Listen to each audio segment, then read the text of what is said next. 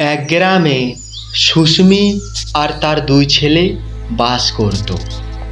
সুস্মি একদিন তার দুই ছেলেকে বলে, চিন্টু আর পিন্টু, তোরা জানিস তো তোদের বাবা 1 মাস হলো মারা গেছে, আর আমার দ্বারাই সংসারটা চালাতে পারছি না।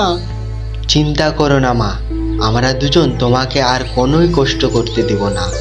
আর ঘরে যে কাঠ নেই, কি করে আমি রান্না করব? চিন্তা করো না মা, আমরা দুজনেই আজকে জঙ্গলে গিয়ে কাঠ কেটে নিয়ে আসবো। চিন্টু আর পিন্টু জঙ্গলে যাওয়ার জন্য তৈরি হতে থাকে। আচ্ছা চিন্টু ভাই, কোন জঙ্গলে বেশি কাঠ আছে বলতো? দাদা, আমি শুনেছি শীতলপুর জঙ্গলে অনেক কাঠ থাকে, কিন্তু দাদা ওই জঙ্গলে নাকি বাঘ থাকে। আরে কিচ্ছু হবে না, তুই তো আমার সাথে যাবি। এই বলে তারা শীতলপুর জঙ্গলের দিকে চলে যেতে থাকে। জঙ্গলের মাঝের দিকে যেতে যেতে তারা একটা সাধু বাবাকে দেখতে পায়। সাধু বাবা জিজ্ঞাসা করে, কে রে তোরা? তোরা কি জানিস না এই জঙ্গলে বাঘ থাকে?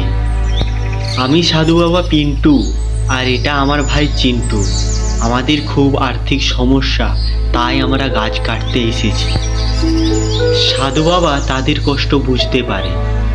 আচ্ছা বাবা, তোরা তো এই জঙ্গলে চলে এসেছিস, তাহলে এই মালাটা রাখ, তোদের সব সমস্যাই সমাধান এই মালাই করবে। সাধু বাবা মালাটা দিয়ে অদৃশ্য হয়ে যায়। চিন্টু, আমরা তাহলে গাছ কাটতে যাই, না হলে মা ভাত রাঁধতে পারবে না। ঠিক বলেছ দাদা, চলো তাহলে।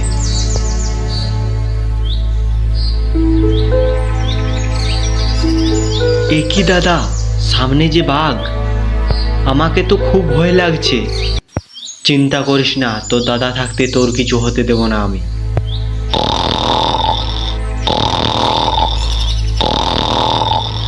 দেখছো দাদা, বাঘটা কত গর্জন করছে। হ্যাঁ চিন্টু, তুই জলদি করে সাধু বাবার মালাটা বাঘের দিকে ছুঁড়ে মার। হ্যাঁ দাদা, মেরে দিয়েছি। তাহলে এখান থেকে পালা জলদি করে। তারপর তারা ভয়ে তাদের বাড়ি চলে আসে।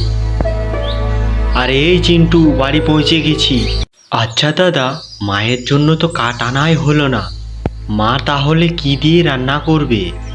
এটা তো তুই ঠিক কথা বলেছিস, মাকে গিয়ে সব কথা বলি।